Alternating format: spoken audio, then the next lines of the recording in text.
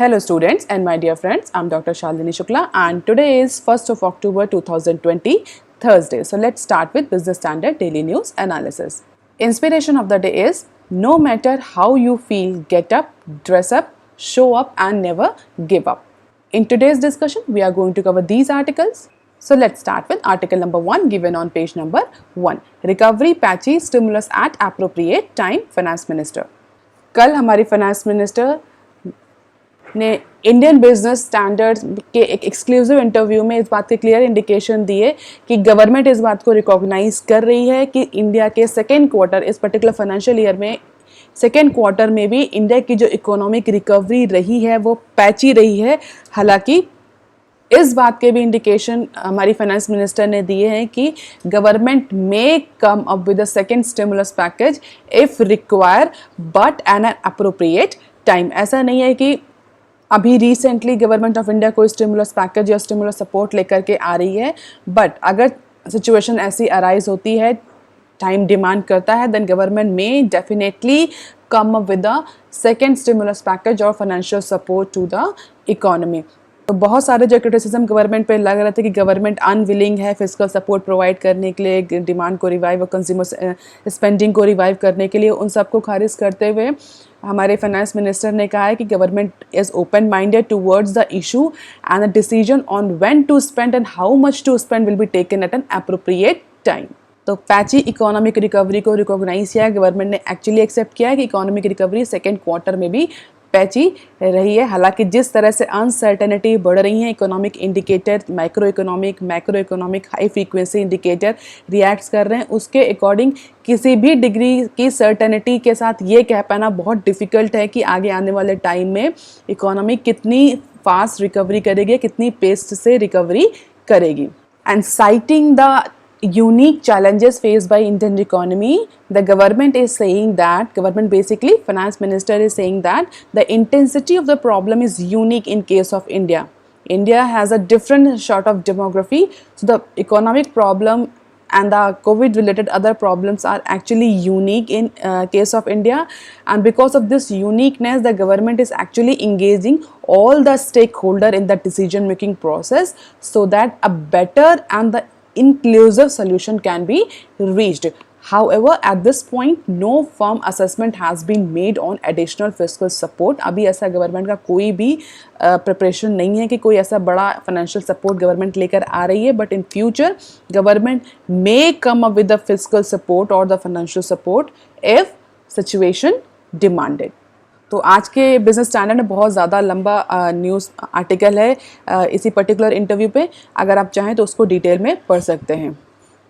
इस इंटरव्यू में एक इम्पॉर्टेंट बात जो और कही है हमारी फाइनेंस मिनिस्टर ने, वो ये कही कि government of India turning this pandemic induce recession और recessionary conditions into an opportunity for Indian economy, specially in case of manufacturing sector जहाँ पर इंडियन इकोनॉमी बहुत ज़्यादा लैग कर रही है। तो इस इकोनॉमिक रिसेशन को, इस इकोनॉमिक रिसेशनरी कंडीशन को या इस पैंडेमिक इंड्यूस रिसेशन को या इकोनॉमिक स्लो डाउन को इंडियन गवर्नमेंट जो है वो अपॉर्चुनिटी में टर्न अप करने की पूरी कोशिश करेगी, जिससे कि इंडियन इकोनॉमी दोबारा से एक स्ट्रॉन्ग प्लेयर के रूप में इंटरनेशनल मार्केट में स्टैंड अप करे। अब देख लेते हैं article number 2 given on page number 5। Current account surplus rises to record $20 billion। With the sharp contraction in trade deficit, Indian current account balance recorded a surplus of $19.8 billion. That is actually 3.9% of gross domestic produce of India. तो quarter first financial year 21 में Indian economy ने फिर से trade deficit में contraction register किया है। और अगर हम बात करें करंट अकाउंट बैलेंस, तो करंट अकाउंट के केस में इंडियन इकोनॉमी ने फिर से सरप्लस रजिस्टर किया है, and that surplus is record high, that is $19.8 billion. तो जो इंडिया का ट्रेड डेफिसिट का कॉन्ट्रैक्शन था पिछले क्वार्टर में, that is quarter 4 of financial year 20, वो क्वार्टर 1 ऑफ फाइनेंशियल ईयर 21 में भी कंटिन्यू है। और जिस तरह से इंडिया का ट्रेड डेफिसिट कॉन्ट्रैक्ट कर रहा है, it is a clear indication कि अभी भी इंडियन इकोनॉमी रिकवरी के पाथ पर नहीं है, क्योंकि जनरल जो ट्रेंड है इंडियन इकोनॉमी में that is current account deficit.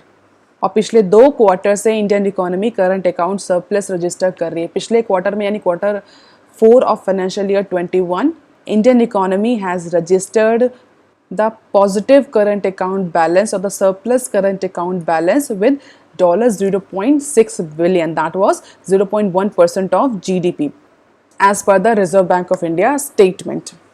अगर इंडिया का ट्रेड डेफिसिट कॉन्ट्रैक्ट कर रहा है, इट सिंपली इंडिकेट कि इंडिया का इंपोर्ट एक्सपोर्ट अफेक्ट कर रहा है, स्पेशली इंपोर्ट, जो कि इंपोर्ट की वजह से ही इंडिया का करंट अकाउंट जो सरप्लस होता है, जो current account balance of payment होता है, वो एक्चुअली डेफिसिट में टर्न अप हो जाता है।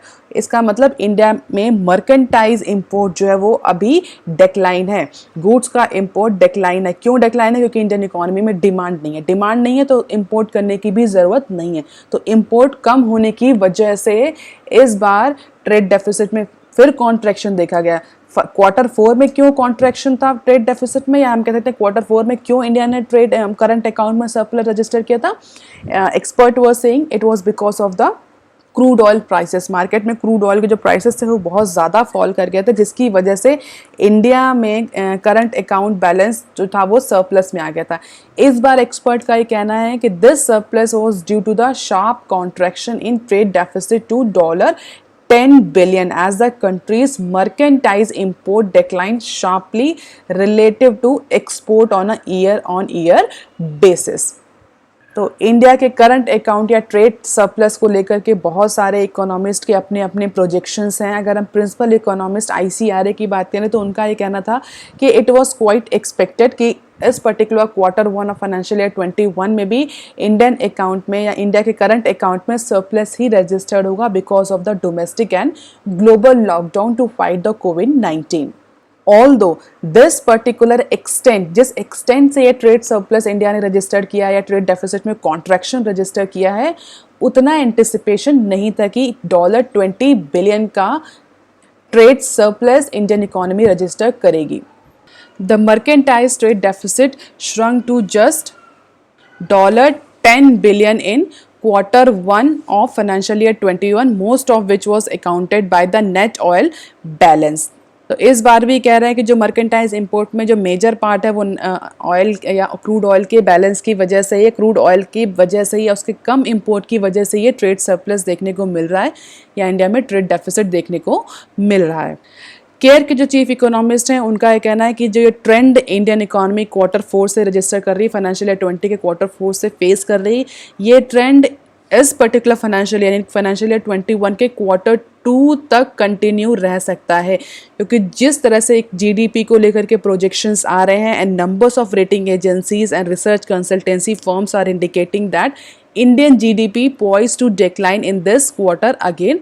So we can easily expect a current account surplus in the range of 2 to 3% into the quarter 4 of financial year 21. क्योंकि GDP fall कर रही है और ऐसी एक्सपेक्टेशन है कि आगे आने वाले क्वार्टर 2, क्वार्टर 3 तक GDP फॉल करेगी इंडियन इकोनॉमी की, तो उस GDP फॉल के अकॉर्डिंग ये क्लियरली एंटिसिपेट किया जा सकता है कि आगे आने वाले क्वार्टर 2 और क्वार्टर 3 तक Indian economy current account surplus register करेगी with the range of 2 to 3%। तो अगर एक पॉइंट से हम देखें तो this particular trade surplus is good, आप कह सकते हैं अगर इसे ओवरऑल देखा जाए तो अच्छा है। Okay, Indian economy is actually registering the trade surplus, but क्या ये ट्रेड सरप्लस स्ट्रक्चरल रिफॉर्म्स की वजह से है, इंडियन इकोनॉमी के बूस्ट होने की वजह से, इंडियन इकोनॉमी के सेक्टर के अच्छे परफॉर्मेंस की वजह से? नहीं, it is because of the lockdown, it is because of the economic slow down, it is because of the other international factors, it is because of the covid induced pandemic, it is not because of any structural improvement into Indian economy.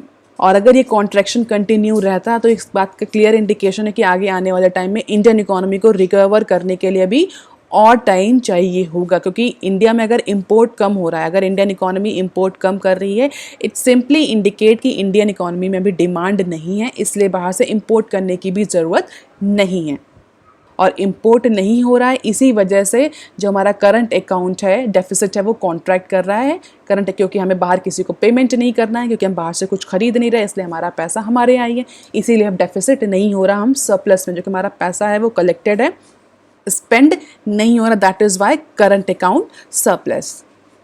Basically current account surplus क्या होता है, अगर मैं एक line में बताऊं तो it is a difference between import and export, बहुत सीधे टर्म में, या आप बोल सकते हैं विजिबल इम्पोर्ट और जो इनविजिबल इम्पोर्ट एक्सपोर्ट होता है उसका डिफरेंस, कितना हमने बेचा और कितना खरीदा, बहुत सिंपल टर्म में। तो हर इकोनॉमी पैसा कमाना चाहती है और पैसा कब कमाएगी, जब वो ज़्यादा बेचेगी कम खरीदेगी। ज़्यादा बेचेगी मतलब ज़्यादा एक्सपोर्ट करेगी और कम इंपोर्ट करेगी।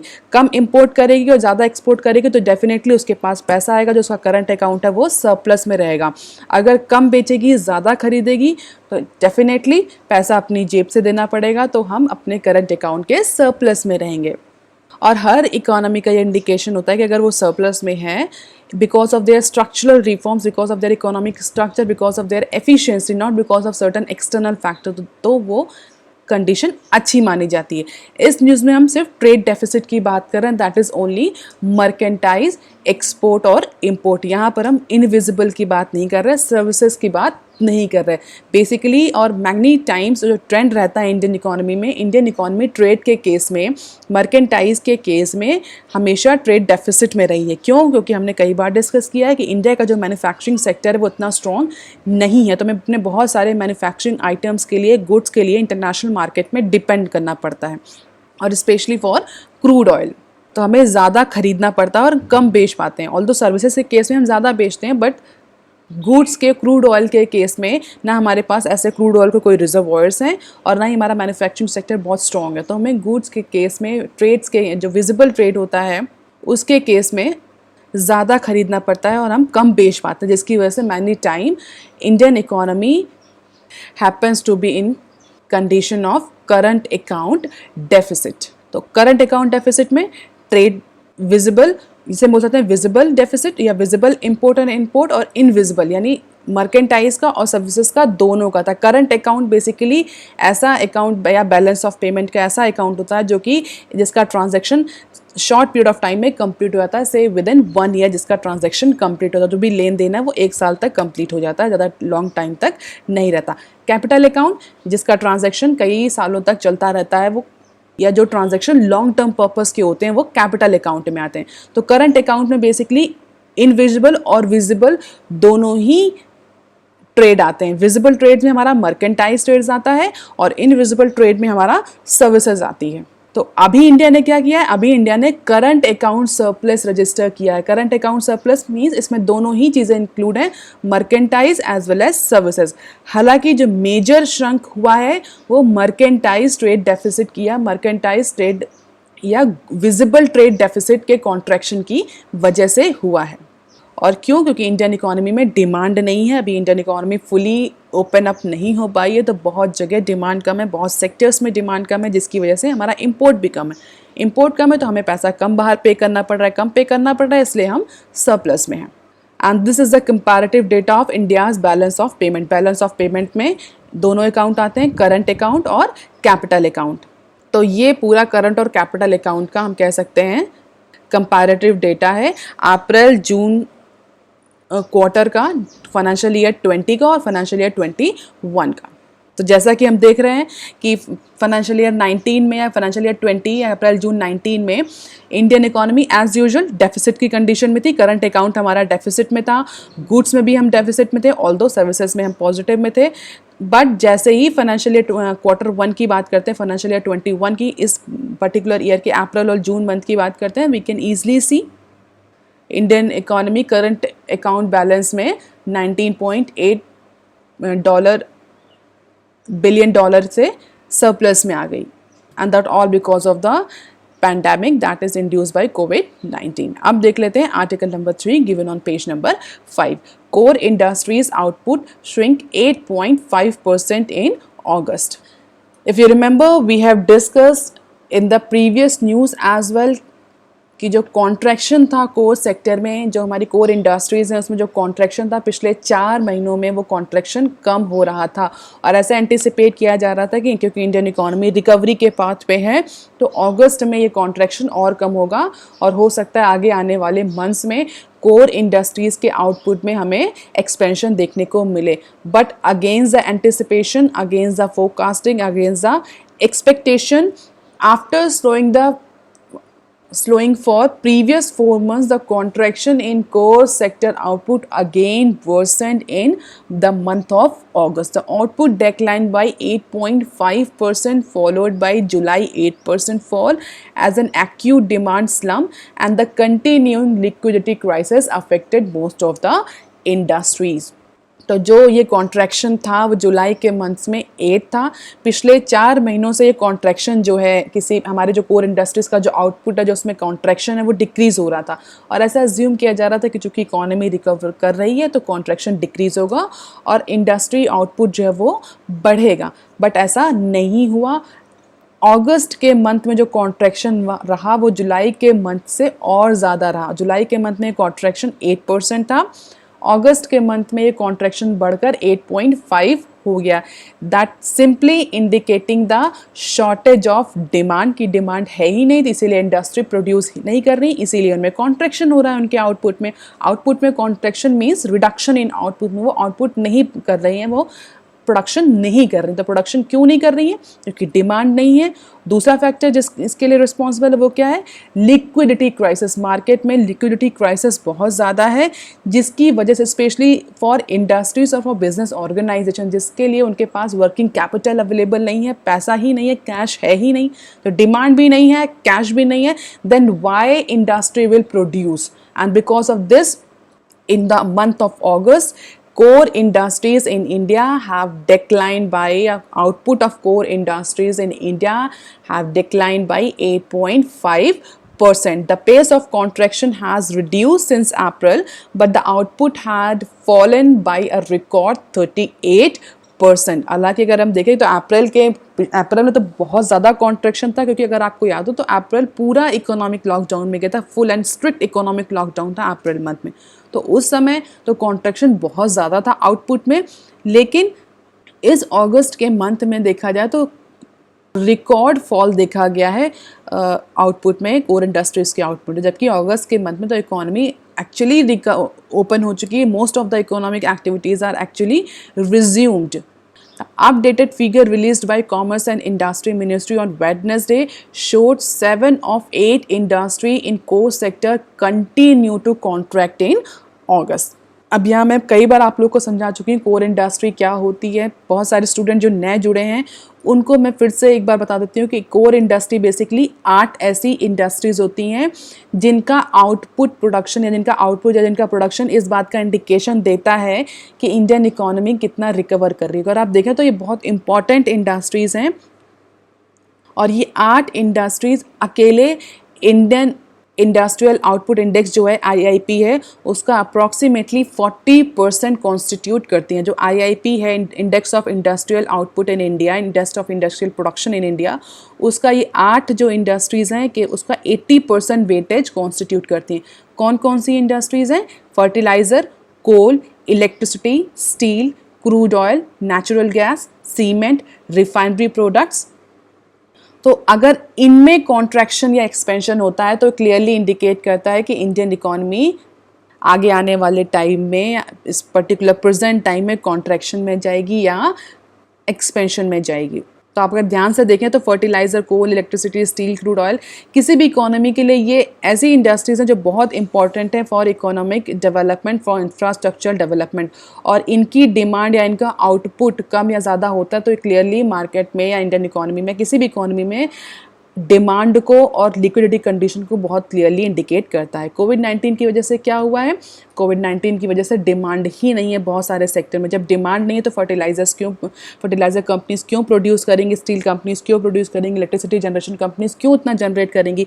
अगर आपको पता होता, इफ़ यू कैन रिलेट, बहुत सारी कमर्शियल एक्टिविटीज़ जैसे हमारे जो मॉल्स हो गए, सिनेमा हॉल्स हैं, क्लोज हैं, जिसकी वजह से जो कमर्शियल इलेक्ट्रिसिटी का यूज़ है वो बहुत रिड्यूस हो गया है, जिसकी वजह से जो इलेक्ट्रिसिटी जनरेशन कंपनीज़ हैं, डिस्ट्रीब्यूशन कंपनीज़ हैं, वो ऑलरेडी स्ट्रेस की कंडीशन में हैं।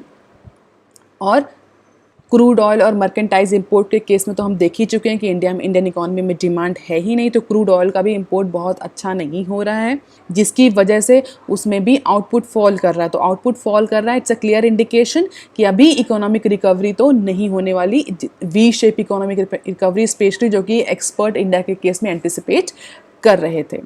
It is a 6th straight month this has happened. The biggest fall was experienced by refinery production as the import of crude oil wilted by 41%. If you can relate this particular point with the previous news, जहाँ पर हमने कहा merchandise import down हुआ जिसकी वजह से India trade surplus में है, और यहाँ पर भी यही इंडिकेट कर रहा है जो रिफाइनरी प्रोडक्शन है वो सबसे ज़्यादा हिट हुआ है, सबसे ज़्यादा फॉल उसी के आउटपुट में देखा गया। क्यों? क्योंकि ऑयल का इंपोर्ट हो ही नहीं रहा है, 41% तक इंपोर्ट फॉल किया। जब ऑयल का इंपोर्ट नहीं होना उसकी वजह से हमारा बैलेंस ऑफ पेमेंट जो है वो स्पेशली करंट अकाउंट जो है वो सरप्लस में है, और यहाँ पर भी आईआईपी में रिफाइनरी प्रोडक्शन का जो आउटपुट है वो भी कॉन्ट्रैक्ट कर रहा है। जब ऑयल इंपोर्ट नहीं हो रहा तो रिफाइनरीज को काम करने की ज़रूरत ही नहीं, जब ज़रूरत नहीं तो उनका डेफिनेटली वो प्रोडक्शन नहीं करेंगे, प्रोडक्शन फॉल करेगा, जिसकी वजह से कोर इंडस्ट्रीज़ का आउटपुट भी फॉल कर रहा है। The sector had remained volatile throughout financial year 20 and the current year. The sudden drop in global demand as the pandemic stifled economic activities everywhere led to the contraction in the sector as per the expert. और refinery ही एक ऐसा particular segment है, sector जिसे हम कह सकते हैं, जो कि इस पूरे 8 कोर सेक्टर इंडस्ट्री में सबसे ज़्यादा वेटेज कॉन्स्टिट्यूट करता है। हर एक जितनी भी ये इंडस्ट्रीज़ हैं 8, इस सबका अपना अपना वेटेज हो। तो आज आप मुझे कमेंट सेक्शन में लिखकर बताएंगे कि जो 8 इंडस्ट्रीज़ हैं कोर इंडस्ट्री में, इनका कितना कितना कॉन्ट्रीब्यूशन है, टोटल कॉन्ट्रीब्यूशन है या वेटेज है, जिसको वेटेज भी बोल सकते हैं, for overall 8 core industries output. कौन सबसे ज़्यादा इंपॉर्टेंट है, कौन लीस्ट इंपॉर्टेंट है। जैसा कि मैंने बता दिया रिफाइनरी का सबसे ज़्यादा वेटेज है, और रिफाइनरी में ही आप देखें सबसे ज़्यादा कॉन्ट्रैक्शन है, क्योंकि ऑयल या क्रूड ऑयल का इतनी डिमांड है ही नहीं। डिमांड क्यों नहीं? क्योंकि इकोनॉमी में रिकवरी नहीं है। डिमांड नहीं तो क्रूड ऑयल की भी डिमांड नहीं, क्रूड ऑयल की डिमांड नहीं तो इम्पोर्ट नहीं, क्रूड ऑयल का इम्पोर्ट नहीं तो हमारा trade account surplus. And this is the year on year basis core sector growth in last 1 year, जहाँ हम देख सकते हैं इमीडिएटली ये कोर सेक्टर, ये अप्रैल के मंथ में बिल्कुल इकोनॉमिक जो कोर सेक्टर था हमारा आउटपुट बिल्कुल फॉल कर गया था। This is the month of April. अप्रैल के बाद ऐसा एक्सपेक्ट किया जा रहा था कि रिकवर कर रहा है, धीमे धीमे जो कॉन्ट्रैक्शन है आउटपुट में वो कम हो रहा है। इंडस्ट्रीज़ जो है वो आउटपुट करना स्टार्ट कर रही है, प्रोडक्शन करना स्टार्ट कर रही है, क्योंकि इकोनॉमी में डिमांड आ रही है। और ऐसा एंटिसिपेट किया जाए कि ये और फॉल करेगा, ये इस लाइन में जाएगा स्ट्रेट लाइन में। But against the anticipation this has again fall into the negative territory, that is -8.5। ये देखेंगे आप, ऐसा एंटिसिपेट करता है कि ये ऊपर जाकर के फिर पॉजिटिव में डेवलप हो जाएगा, बट अगेंस्ट द एंटिसिपेशन इसने वापस से यू टर्न ले लिया और पिछले मंथ की कंपैरिजन में नेगेटिव आउटपुट रहा फॉर कोर सेक्टर ग्रोथ। अब देख लेते हैं article number 4 given on page number 5। Retail credit growth moderates after seeing a jump in July.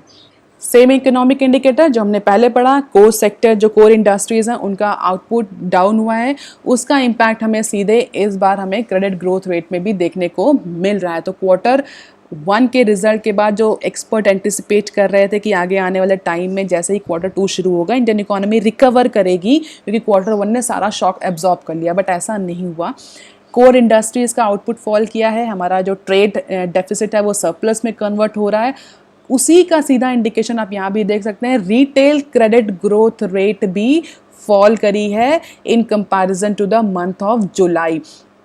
Retail credit activity covering housing loans or housing credit cards, vehicle segment, all these have moderated in the month of August 2020 over the previous month. जुलाई के month में थोड़ा सा credit में growth देखने को मिली थी, और ऐसा एक्सपर्ट एंटिसिपेट कर रहे थे कि अब इकोनॉमी रिकवरी की पोजीशन पर आ चुकी है, तो अगस्त के मंथ में रिटेल क्रेडिट में और ज़्यादा ग्रोथ देखने को मिलेगी।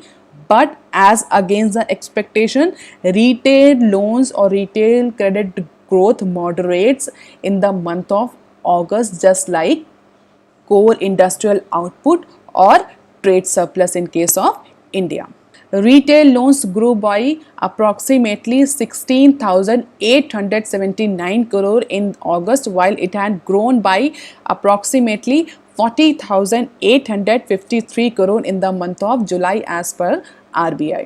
तो अगर हम देखें हाउसिंग, क्रेडिट कार्ड और व्हीकल सेगमेंट के को कंपेयर करें तो जो रिटेल लोन्स रहा है वो अप्रॉक्सीमेटली इन तीनों ही केसेस में बहुत अच्छे से राइज नहीं किया है।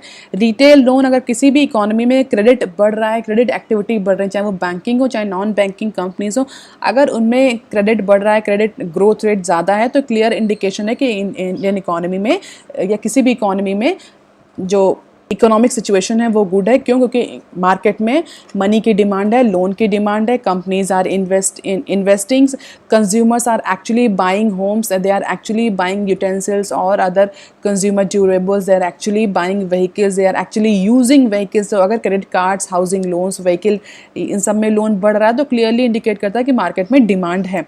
अगर इनका लोन या क्रेडिट ग्रोथ रेट डिक्रीज हो रही है, हाउसिंग लोन्स डिक्रीज हो रहे हैं, हाउसिंग जो क्रेडिट एक्टिविटी है वो डिक्रीज हो रही है, क्रेडिट कार्ड जो है वो उनका वो स्वैप नहीं हो रहे हैं, उसमें क्रेडिट ग्रोथ रेट कुछ नहीं है, व्हीकल सेगमेंट में कोई क्रेडिट नहीं, बेसिकली जो व्हीकल को लेने के लिए जो लोन लिया था अगर उसमें कोई क्रेडिट ग्रोथ नहीं है, कोई क्रेडिट एक्टिविटी नहीं हो रही या क्रेडिट एक्टिविटी डिक्रीज कर रही है, तो ये क्लियर इंडिकेशन है कि आगे आने वाले टाइम में इकोनॉमी, कोई भी इकोनॉमी वो फिलहाल रिसेशनरी कंडीशंस में जा रही है।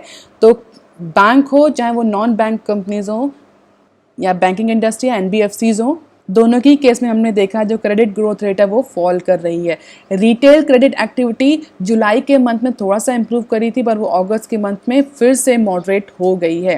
And this is the credit trend in case of banks and other industries, जो कि हम देख सकते हैं मार्च से अगस्त के मंथ में जो क्रेडिट ग्रोथ रेट रही है वो मॉडरेट हो रही है। मॉडरेट मतलब स्लो हो रही, जिस पर्टिकुलर पेस से उसे ग्रो करना चाहिए उस पर्टिकुलर पेस से वो ग्रो नहीं कर रही है।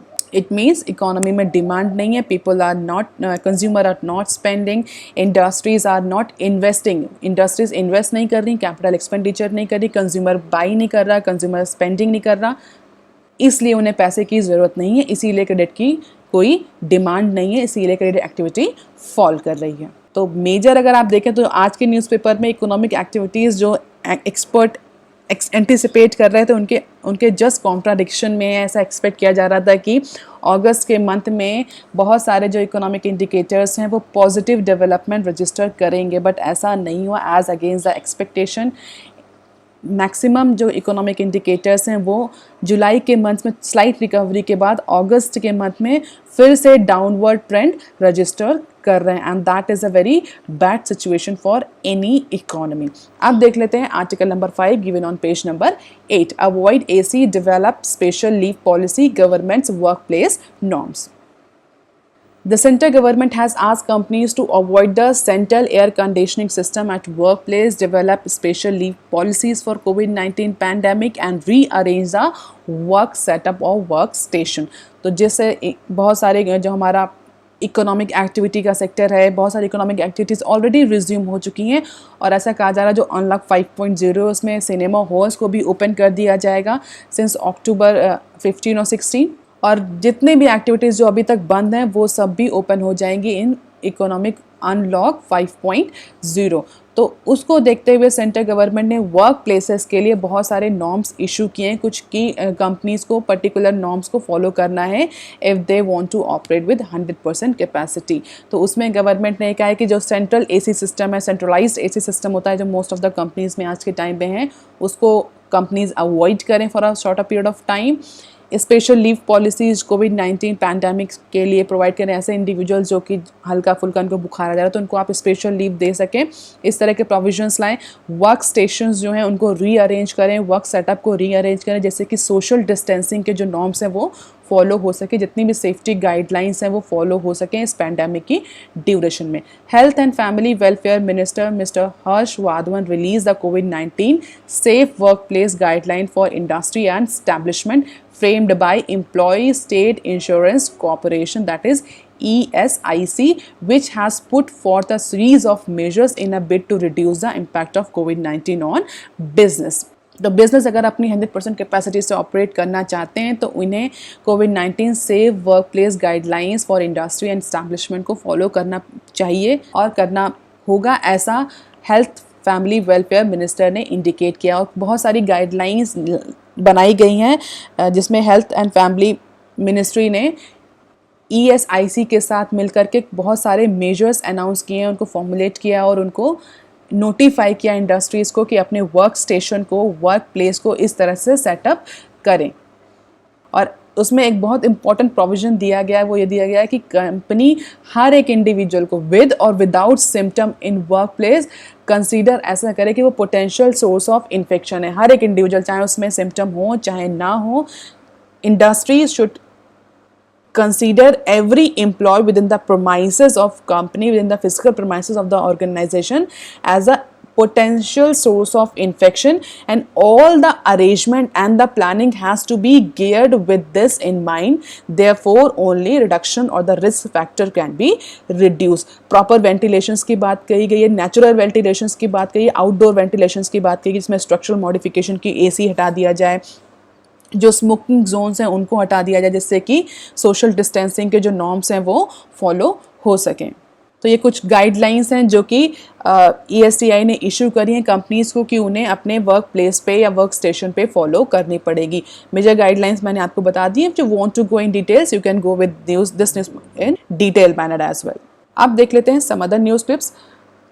Blockbuster opening ahead of Diwali. So government allow most of the activities under new guidelines cinema to open from October 15, जो कि जैसा कि मैंने अभी आपको बताया अनलॉक 5.0 में जितनी भी नंबर ऑफ एक्टिविटीज़ अभी तक बंद थी अब उनको रिज्यूम करने की, उनको ओपन अप करने की बात करी जा रही है। और ऐसा एंटिसिपेट किया जा रहा है कि अक्टूबर 15 से सिनेमा हॉल्स भी ओपन हो जाएंगे, उनको ऑपरेट करने की परमिशन मिल जाएगी with their 50% sitting capacity. Swimming pools भी हो सकता है ओपन हो जाएं, स्पोर्ट्स पर्सन के लिए जो भी ट्रेनिंग सेशंस होते थे स्विमिंग पूल में उसको भी रीओपन कर दिया जाएगा। इंटरटेनमेंट पार्क्स जो थे उनके भी रीओपनिंग की बात कही जा रही है। Student may attend school institution only with the written consent of parents. Attendance must not be enforce by institutions. तो अगर कॉलेज और इंस्टीट्यूशंस चाहें तो वो स्टूडेंट्स को बुला सकते हैं but with the written consent of their parents. तो अनलॉक 5.0 में बहुत सारी नई गाइडलाइंस फॉर्मुलेट करी जा रही है इकोनॉमी को रीओपन करने के लिए और वीकेंड से फुली रीओपन करने के लिए विद 100% कैपेसिटी। आप देख लेते हैं next clip. After LVB Dhanlaxmi bank share holders out the chief executive. तो हम LVB ग्रुप का केस देख ही रहे हैं जहाँ पर उनके डायरेक्टर्स को शेयर होल्डर्स ने आउट कर दिया था। अब वही केस हमें धनलक्ष्मी बैंक के केस में भी देखने को मिला है। The share holder of Thrissur based Dhanlakshmi bank on Wednesday ousted the managing director और the CEO of the company in the annual general meeting of company. तो AGM जो हुई थी कंपनी की उसमें शेयर होल्डर्स ने कंपनी के CEO को निकाल दिया, बर्खास्त कर दिया। आउस्ट मीन्स निकाल देना, OUST oust. And this is the second such ouster of private bank chief executive in less than a week. Last week, in a coup of shot, around 60% of the shareholders of LVB Group has voted against the 7 directors, including MDs and CEOs. So this is indicating the clear violation by all private sector banks, जिसकी वजह से कुछ ऐसे frauds हो रहे हैं, economic offences हो रहे हैं, कॉर्पोरेट गवर्नेंस को लेकर कुछ ऐसे वॉयलेशंस हो रहे हैं जिसको लेकर के शेयर होल्डर्स अब अपने MDs को CEOs को आउस्ट कर रहे हैं। अब RBI को शायद इस पर्टिकुलर इशू में और ज़्यादा स्ट्रिंजेंट नॉर्म्स के साथ आना पड़ेगा। अब देख लेते हैं next clip. Reliance retail gets rupees 3,675 crore boost. So General Atlantic becomes the third private equity firms to invest in the 3 weeks and become the strategic partner to be inducted later. तो Reliance retail का third private equity partner announce हो गया and that is going to be the General Atlantic. General Atlantic will spend और will actually boost or lend approximately 3,000 crore to Reliance Retail. Since last 3 weeks, Reliance Retail has approximately raised 16,725 crore from 3 PE investors and 3.87% stake offloaded so far at a valuation of 4.2 trillion. आप देख लेते हैं next clip. In April August fiscal deficit at 0.9% of full year target. So union government fiscal deficit remained above the annual target of second month in a row at the end of August. तो अगस्त के महीने में Indian government का जो basically union government है उसका जो फिस्कल डेफिसिट का टारगेट था वो ऑलरेडी ब्रीच हो चुका है। That is actually reach the 109% of full year target. जो फुल ईयर का टारगेट था वो Q2 में ही ब्रीच हो गया, यानी गवर्नमेंट की स्पेंडिंग बहुत ज़्यादा हो चुकी है इन केस ऑफ फिस्कल डेफिसिट का टारगेट जो 100% जो स्प्रेड होता है पूरे ईयर में वो Q2 में ही 109% तक पहुंच चुका है। तो अब गवर्नमेंट कैसे आगे इस पर्टिकुलर आने वाले क्वार्टर्स में यानी Q3 और Q4 में फाइनेंसिंग करेगी, कैसे अपने एक्सपेंडिचर को मीट आउट करेगी, that's still a question mark. According to the data release by controller general of accounts that is A. Fiscal deficit during April-August was 109.3% of annual target estimated in the budget. In absolute term, the fiscal deficit was approximately 8,70,347 crore. It stood at 78.7% of budgeted estimate in the corresponding period during the last fiscal year. आज की news of the day, current account surplus rises to record $20 billion, जिसमें आप current account surplus के बारे में, capital account के बारे में, बैलेंस ऑफ पेमेंट के बारे में थोड़ा सा डिटेल में रीड कर सकते हैं. All these are the references. If you want lecture PDF, you can join my Telegram channel. You can also join me on Twitter, ResearchGate and on Facebook. That's all for today, student. If you have any query and suggestion, write on comment section below. Please like, share and subscribe. Thank you.